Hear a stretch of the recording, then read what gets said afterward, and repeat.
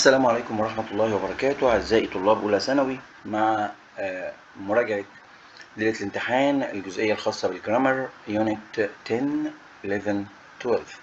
السؤال الأول بيقول لي look at those black clouds، يعني انظر لهذه السحب السوداء، يعني ده تنبؤ بدليل يبقى be going to طبعا.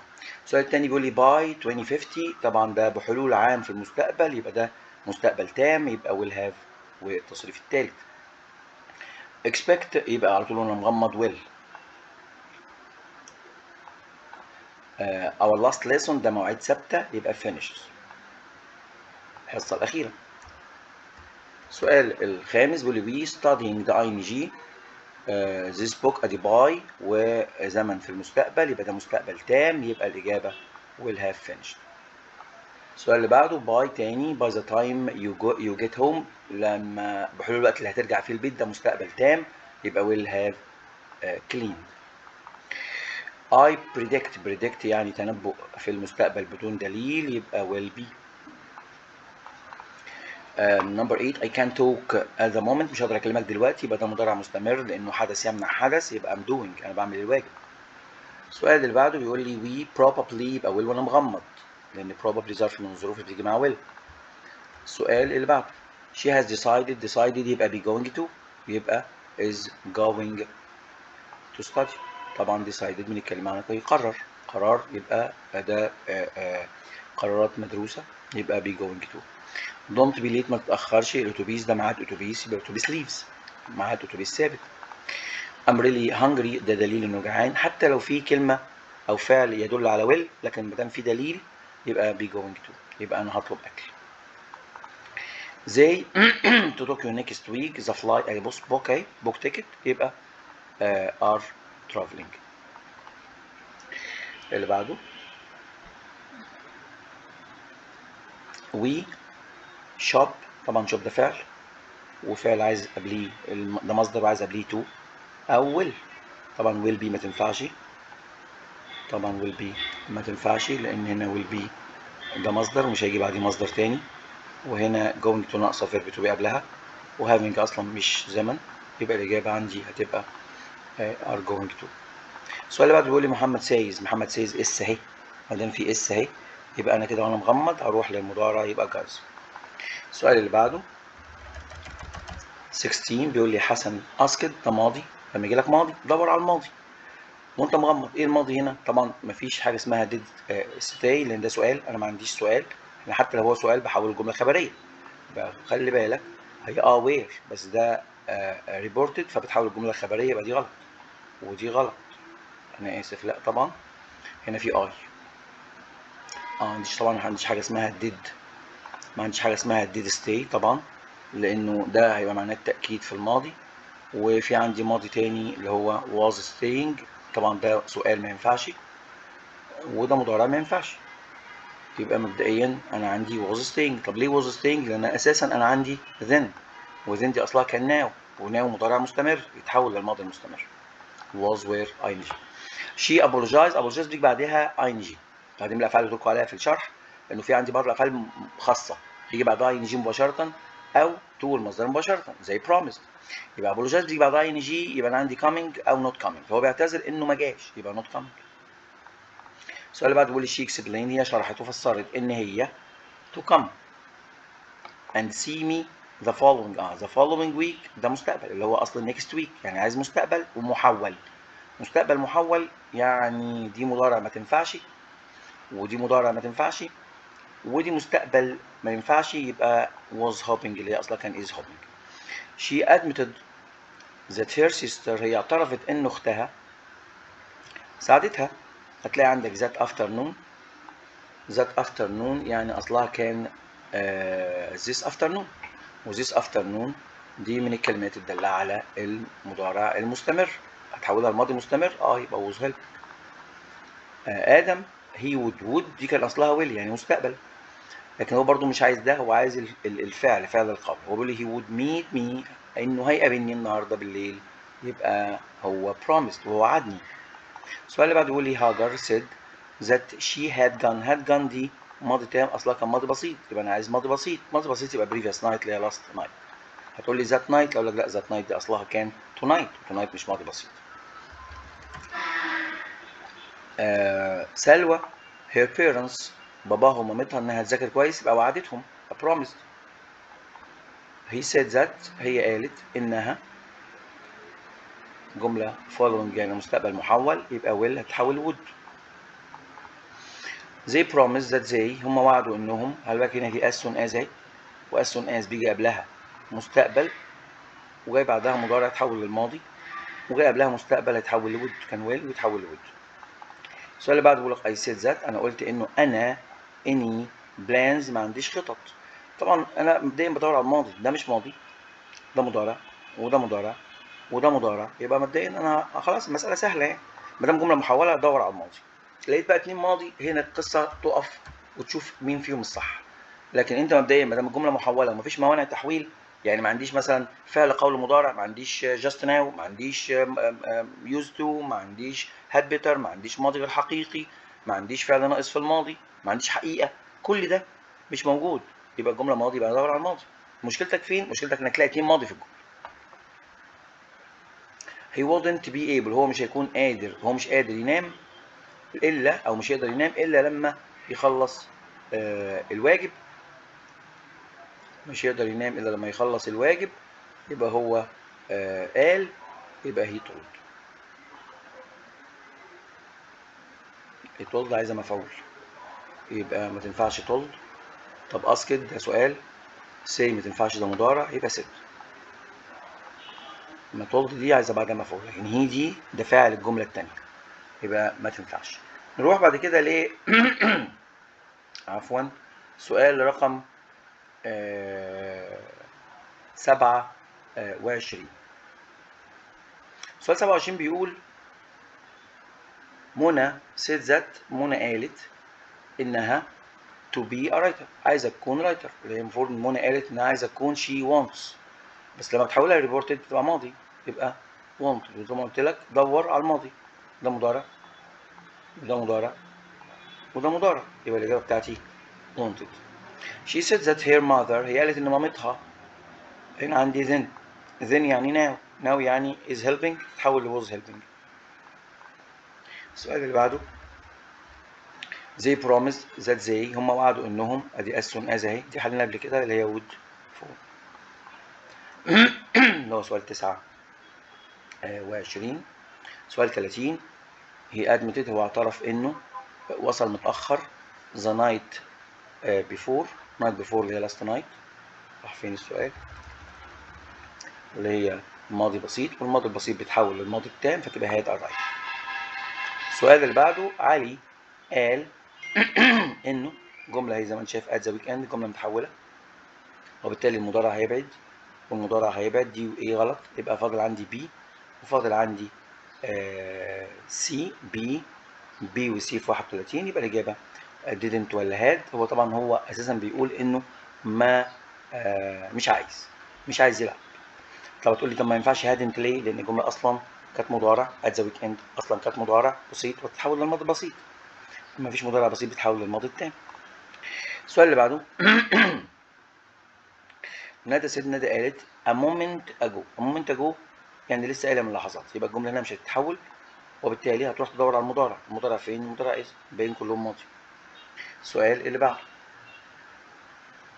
رقم 33 بيقول لي ذا دكتور، الدكتور قال للأسرة، ادي هنا فاميلي مفعول اهو، يبقى الدكتور قال للأسرة، يبقى told. طب سوي دي معناها يرفع قضية، واسكت ده تستخدم في السؤال، وسيد مش عايزه مفعول بعدها. I told ندى، انا قلت لندى ان انا to the cinema the day before، the day before يعني yesterday، يعني انا قلت لندى ان انا رحت السينما، وبالتالي الجمله هنا هتبقى وانا مغمض، هتبقى had been. فين had been؟ لان انا كنت ماضي بسيط اتحول على الماضي التاني.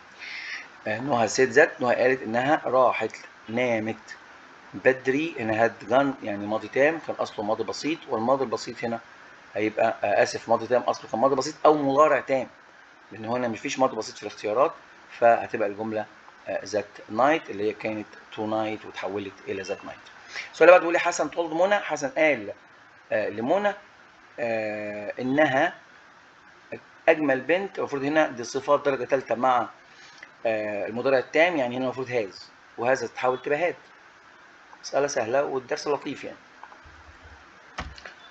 السؤال 37 بيقول لي شي اسكد مي اف، هي سالتني لو وتمشي في الجمله ذا نيو اباوت. طبعا هي جمله محوله، وما دام الجمله محوله هتروح للماضي. هتروح للماضي يعني ايه؟ يعني مفيش غير هاد، هي دي الماضي الوحيد في الجمله اهو. بص كده هتلاقي ده مضارع مضارع مضارع، يبقى خلاص تمام خلصانه يعني. مساله سهله ان شاء الله. السؤال اللي بعده زي اسكت وير، هي سالتني وير اين. طبعا تقول لي وير هيجي بعدها ايه؟ هيجي بعدها جمله خبريه، احنا اتفقنا على الكلام ده. يبقى اذا دي غلط ودي غلط، يبقى يا اما وي هاد يا اما وي وين. طب الجمله هنا فيها بريفيوس، بريفيوس يعني سابق، يعني الصيف اللي فات، يعني ماضي بسيط، يعني تحوله للماضي التام يبقى وي هاد دان. سهله. السؤال اللي بعده بيقول لي شي سيد، هي قالت ان هما فور يعني تام، يعني مضارع تام. مضارع تام او مضارع تام مستمر تحوله على طول للماضي التام، يبقى مش ماضي بسيط مش ماضي مستمر، يبقى ماضي تام. سؤال 40 بيقول ماري أو ماري informed me، بلغتني إنها would دي أصلها كان will يعني مستقبل، يبقى أنا عندي هنا مستقبل محول، ده ماضي، ده مش محول، وده ماضي، يبقى ما فضلش عندي غير the following day. السؤال اللي بعده بيقول لي أسماء asked me سألتني، طبعا سألتني يبقى I was going out لو هخرج بره، مش أنا هروح فين. سألتني لو هخرج بره يبقى الإجابة ويزر، لو يبقى ويزر على طول، إذا أو لو. سؤال 42 بيقول لي بيتر he would phone، هيكلمني بالليل او بعد الظهر مساء يعني، يبقى بروميس وعدني. شهد قالت، خلي الجمله هنا بين اقواس يعني مش متحوله، يبقى انا عايز مضارع، يبقى دي انت غلط وواز انت غلط وهاد انت غلط، يبقى الاجابه won't see. شيب ابولوجايز خدناها قبل كده اللي هي نوت كامينج، دي حليناها قبل كده. نروح بعد كده الاسئله الاعمق شويه. فبيقول لي اي هاف فينيشد ماي بروجكت، لينا قالت للمدرس حل يا عم عايزين الريبورت بتاعها، يبقى لينا قالت للمدرس، يبقى ايه الاجابه؟ يبقى لينا told her teacher that she had finished her project. طب باين لي غلط ليه؟ هنا لينا told her teacher that she finishes، ده مضارع ما ينفعش. طب دي غلط ليه؟ لينا told her teacher that she has ايه يا عم؟ مفيش تحويل بمضارع. لين told her teacher she finished، ده ماضي بسيط ما ينفعش، انا عايز ماضي تام من المضارع التام، لان اصل الجمله كانت مضارع تام. السؤال اللي بعده بيقول لي I need help، انا عايز مساعده في الواجب. ساره قالت، يبقى ساره قالت ان هي needed help ولا needs ما تنفعش مضارع، ولا needed help with her homework says، لا طبعا ده كارثه دي. وهنا ساره said she need، ده مضارع برضو ما ينفعش، يبقى الاجابه ايه. السؤال اللي بعده بيقول لي we will visit، احنا هنزور المتحف بكره. المدرس قال، طبعا المدرس قال ان هم زي ويل دي غلط ويل دي غلط، يبقى فاضل عندي بي وسي. هتمشي كده تمر غلط يبقى ذا نيكست، يبقى الاجابه عندي ذا نيكست داي. السؤال اللي بعده دونت تاتش، او ده الامر اللي بقول عليه اللي هو بيتحول لنوت تو تاتش. دور بقى على نوت تو تاتش اهي، هي دي، فتبقى الاجابه سي. يعني دونت بتتحول لنوت تو، نوت تو المصدر. السؤال اللي بعده بيقول لي وير ديد يو باي، اشتريت الجاكيت منين؟ حول يا عم، هتبقى الإجابة هي اسكد مي وير تشيل ديد وتبقى اي، يبقى وير اي بوت. وير اي بوت فين هي دي اصلها ماضي، يبقى وير اي بوت او هاد بوت. ماضي بينفع يتنه ماضي او يتحول للماضي التام. This house looks very old، البيت شكله قديم. وبيقول ات هنا بقى رحنا لليونت 12، يبقى ماست، يعني اكيد البيت ده مبني من اكتر من 20 سنه، ده بيت قديم متهالك يعني. النور مطفي، يبقى اكيد مفيش حد في البيت، مفيش حد اكيد، لا يبقى كانت. اللي بعده المتحف كان مغلق بس هو زي يعني ماضي، يبقى ايه؟ يبقى اكيد محدش زاره امبارح، يبقى كانت هاف. ذا فود برينت ار فريش، البصمه بتاعت الاقدام لسه ما نشفتش، يبقى الانيمال ايه؟ اكيد مشي من هنا، يبقى must be past، يبقى اكيد الحيوان مشي او مر من هنا. السؤال اللي اسف must have، ما عنديش must be والاي ان جي ده لو مضارع مستمر، هي must have طبعا. ام سوري انا بجري بس عشان نلحق نخلص، لان لسه في كمان تانية ثانوي، فعمالين نحارب ان احنا نلحق نخلص. السؤال اللي بعده she's wearing، هي لابسه الزي الرسمي بتاعها، يبقى اكيد هي ممرضه، يبقى must طبعا. that be my uncle's car، هو عربيته زرقاء مش حمراء، يبقى اكيد دي لا، يبقى can't be my uncle's car. 56 بيقول لي there is no food in the fridge، اكيد مفيش اكل في الثلاجه، يبقى اكيد هم راحوا يتسوقوا، يبقى must have gone shopping. السؤال اللي بعده 57 بيقول لي فاطمه gone to school today، هي النهارده اجازه، يبقى كده هي ما راحتش، يبقى can't have. the alarm didn't go off، الجرس ما رنش last night امبارح بالليل، يبقى اكيد هي كانت turn off، هي كانت طافيه، اكيد يبقى must، يبقى اكيد هي كانت عاملاه صامت. السؤال اللي بعده بيقول لي he had no money، معهوش فلوس، عشان كده هو مش هيقدر يسلفني، يبقى هو خلي بالك هنا بيقول لك had، يبقى كانت have.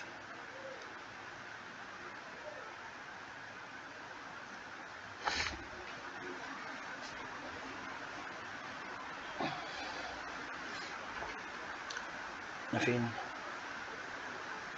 he had no money so هنا كانت have lent انه ما سلفنيش، بس خلي بالك هو جايب هنا so دي معناها انه حدث لسه جاي، فغالبا بيبقى كان طبعا ده السؤال طبعا الاثنين يحتمل الاجابتين يبقوا صح، بس طبعا عشان فيفضل ان احنا نستخدم كانت هاف كانت لين دول. السؤال اللي بعده ادم هاز درانك 3 جلاسز، ادم شرب 3 كوبايات من الميه، يبقى اكيد هو مش عطشان، يبقى كانت، يبقى اكيد هو مش عطشان. السؤال اللي بعده رقم 61 بيقول لي he spent all day sitting at cafe، قعد طول اليوم في الكافيه، يبقى اكيد هو مش في الشغل out، يبقى اكيد هو مش في الشغل، يبقى must be out of job، ما عندوش شغل. السؤال اللي بعده 62 بيقول لي he space be a home now، هو في البيت ولا مش في البيت، لانه عربيته مش موجوده، يبقى كانت، عربيته مش موجوده يبقى كده هو مش في البيت، يعني احتمال ممكن يكون عربيه مع حد تاني يعني. سؤال ضعيف شويه. they left early because the bag are gone، هو غادر بدري لان الشنط هم غادروا بدري ان الشنط مش موجوده، يبقى اكيد غادروا بدري، يبقى must have. السؤال اللي بعده بيقول لي الانوار لسه even though لسه still on، لسه مولعه، رغم انه even though everyone left، كل the lights are still on، الاضواء لسه منوره، ومع ذلك everyone left someone يعني يقول لي الانوار مولعه واساسا كلهم مشوا، فبيقول لي اكيد someone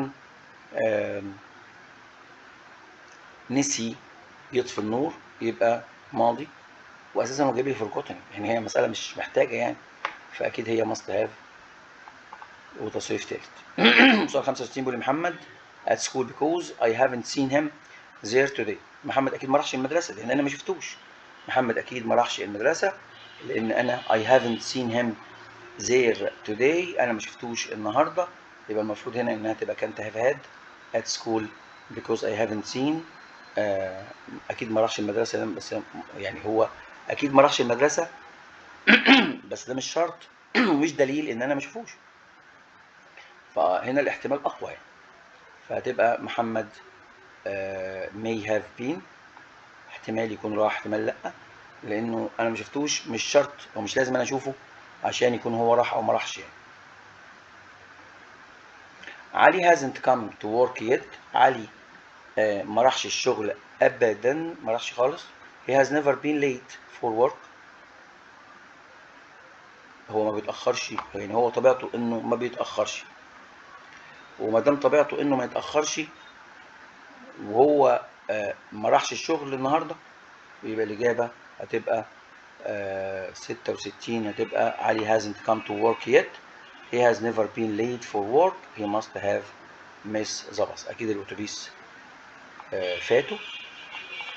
سؤال 67 بيقول لي you haven't eaten anything since morning، ما اكلش اي حاجه طول الصباح، يبقى هو اكيد دلوقتي هيكون جعان must be hungry. 68 it's very cold، 68 بيقول لي it's very cold، الجو بارد، it's very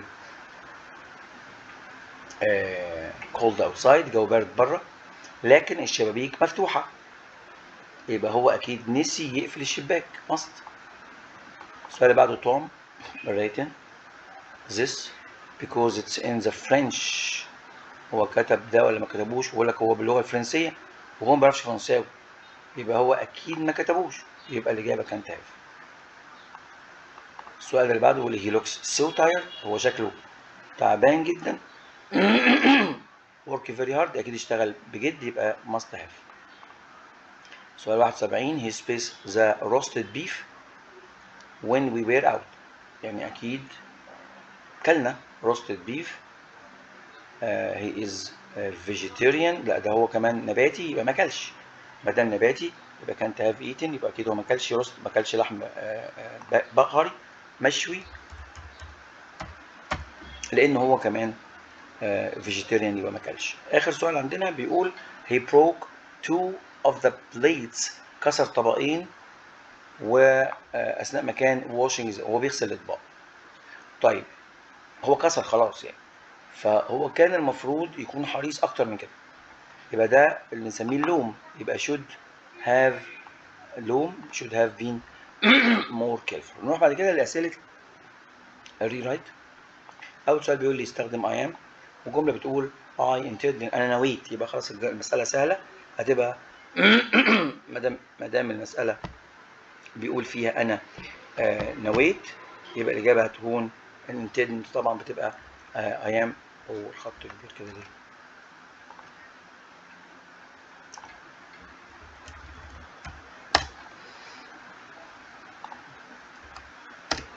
يبقى الإجابة I am.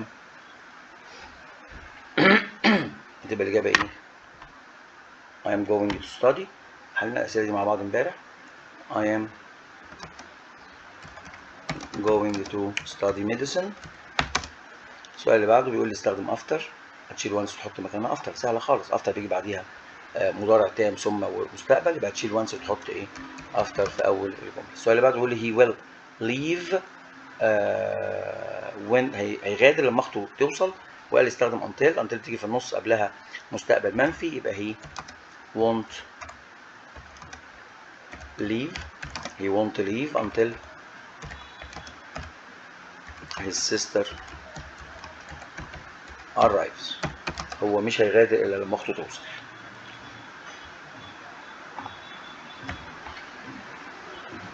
السؤال الرابع استخدم going to، اللي what are you plan، خططك ايه للاسبوع الجاي، يبقى هتبقى الجمله what are you going to do، what are you going to do next weekend. بعد بيقول لي everything is arranged for my birthday، يبقى اكيد بيقول لك كل حاجه معده لعيد الميلاد، يبقى I am having a birthday party. السؤال اللي بعده بيقول لي سارة بلان، سارة بتخطط، لما بتخطط يبقى be going to، حتى قال لي يبقى سارة is going to buy a jacket، وتكمل الجملة. اللي بعديها جاب لي flying ده هو بيقول لي ان طارق has bought، اشترى تذاكر السفر، يبقى طارق is flying، يبقى طارق مسافر to رياض tomorrow. السؤال اللي بعده بيقول لي استخدم will، بيقول لك هو طبعا decide بس هو اللي استخدم will، فخلاص يبقى I will shop، I will shop، وتكمل الجملة immediately.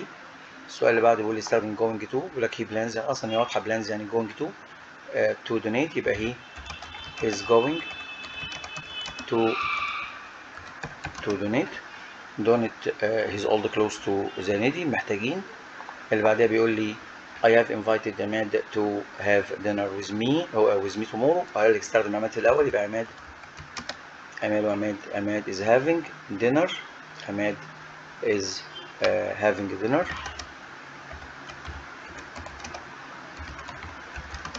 with me tomorrow. اللي بعدها بيقول لك حول الجملة reported speech تبقى she said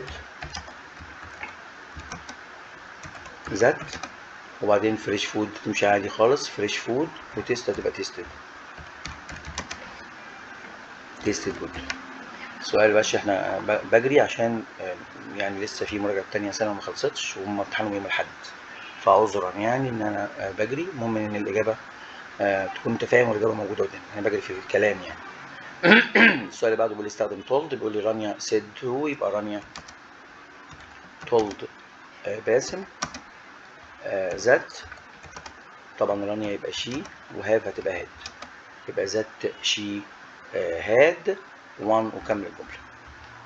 السؤال اللي بعده بيقول لي the guest said، الضيف قال the last time. طبعا said هو عايز that، يبقى the guest زي ما هي said زي ما هي، تحط بعد كده that الربط، وبعدين the last time he، طبعا I هتبقى he، وهاف هتبقى had، وفيزيتد me أنا، زارني أنا was 3 years، وبعدين ago هتبقى before. تمام.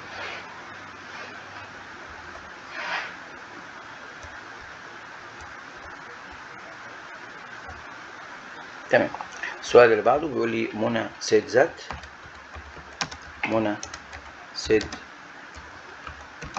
منى said that طبعا I هتبقى she عشان دي منى، يبقى منى said that she، وهاف هتبقى has هتبقى had، يبقى منى said that she had already finished، وماي هتبقى here.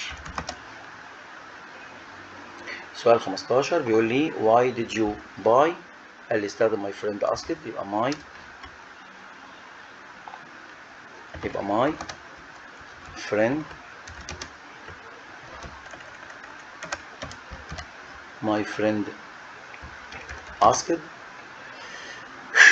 friend asked طبعا سألني أنا، يبقى asked me where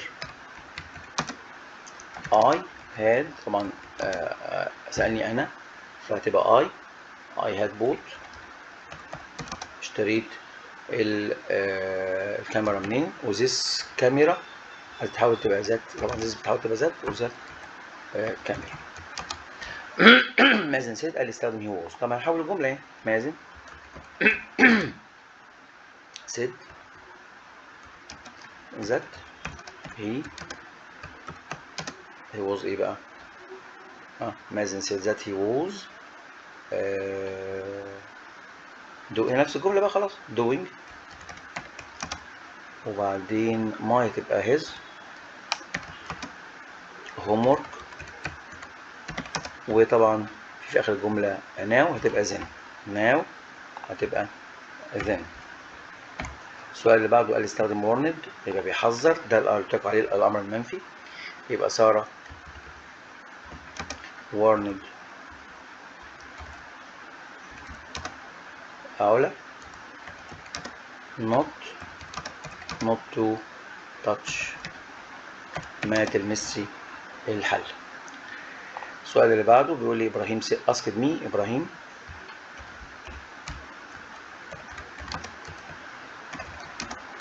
إبراهيم asked me، طبعا do you like reading هتبقى هنربط ب if أو whether، و you هتبقى I، طبعا خلاص حذفنا do I، و like هتبقى like it، ونوفلز، وبعدين في الآخر تحط النقطة. السؤال اللي بعده بيقول لي it's impossible، خلاص رحنا ليونت 12. it's impossible that the tourist arrived already، من المستحيل يكون السواح وصلوا، فهتبقى the tourist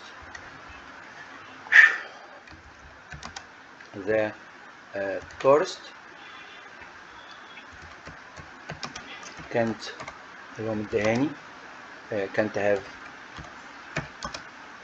الفعل فين بقى arrived، وتحط already. السؤال اللي بعده بيقول لي I am sure، وعايز يستخدم must، يبقى هتشوف مين الفاعل اللي هو بيتكلم عنه اللي هو البيلدينج، يبقى this building This building must have been، عشان دي مضارع يبقى this building must have been important in the past.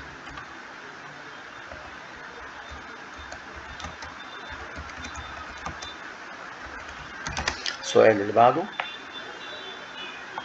بيقول لي maybe the guide will show، ربما يبقى the guide وعايز ايه؟ عايز might، يبقى the guide might show us another building، another landmark. السؤال اللي بعده بيقول لي I am sure this street is very old، يبقى this street عايز ايه بقى؟ هو عايز must this street must be very old. السؤال اللي بعده 23 بيقول لي I'm not sure the shop was open earlier، يبقى الكلام على the shop، يبقى the shop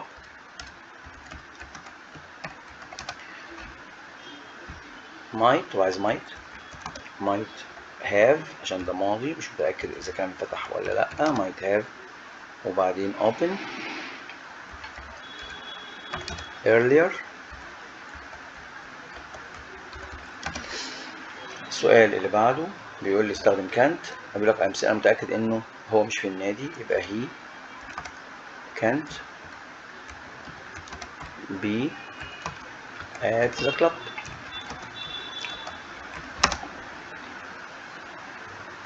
السؤال اللي بعده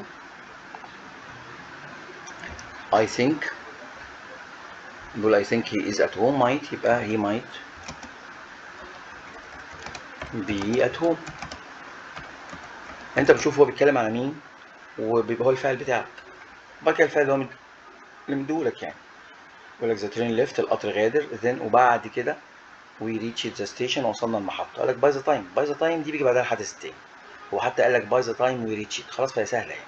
by the time we reached، by the time we reached the station، by the time we reached the station the train had، طبعا ده حدث أول هيبقى had left، حدث أول. السؤال اللي بعده بيقول لي I didn't understand the innovation، أنا ما فهمتش الاختراع إلا لما العالم شرحه. قال لي only after the science، هنا بقى خلي بالك هو قال لك هتبدأ بإيه؟ ب only after، صح كده؟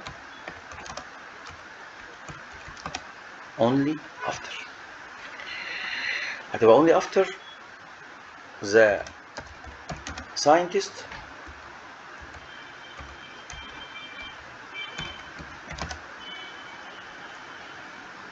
only after the scientist had explained، يعني هو فهم الدرس بعد ما اتشرح، فاونلي افتر هنا هيجي بعد الماضي التام عادي لانه حدث اول، يعني بعد ما العالم شرح الدرس او شرح الاختراع بتاعه يعني، او الاختراع بتاعه، يعني بعد العالم ما شرح الاختراع بتاعه had explained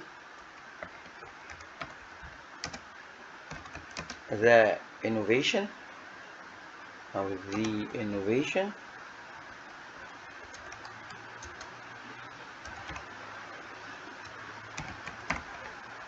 ايه اللي حصل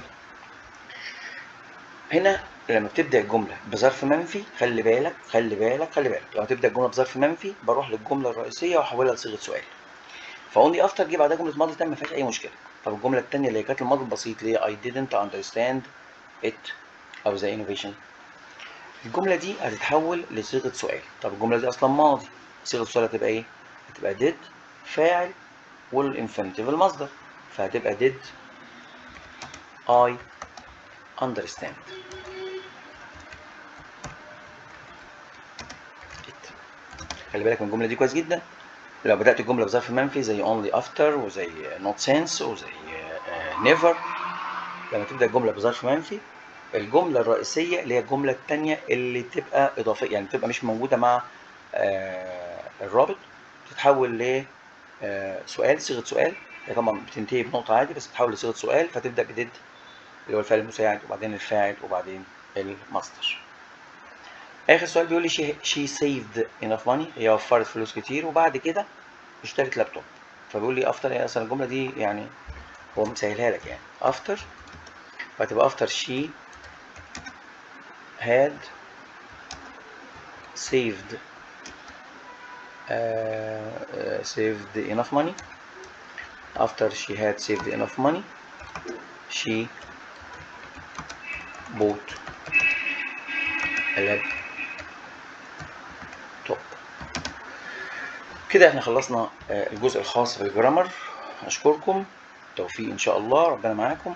يعني لو رجعت بدري احاول ان اتواصل تاني معاكم ونعمل تاني فيديو او اتنين.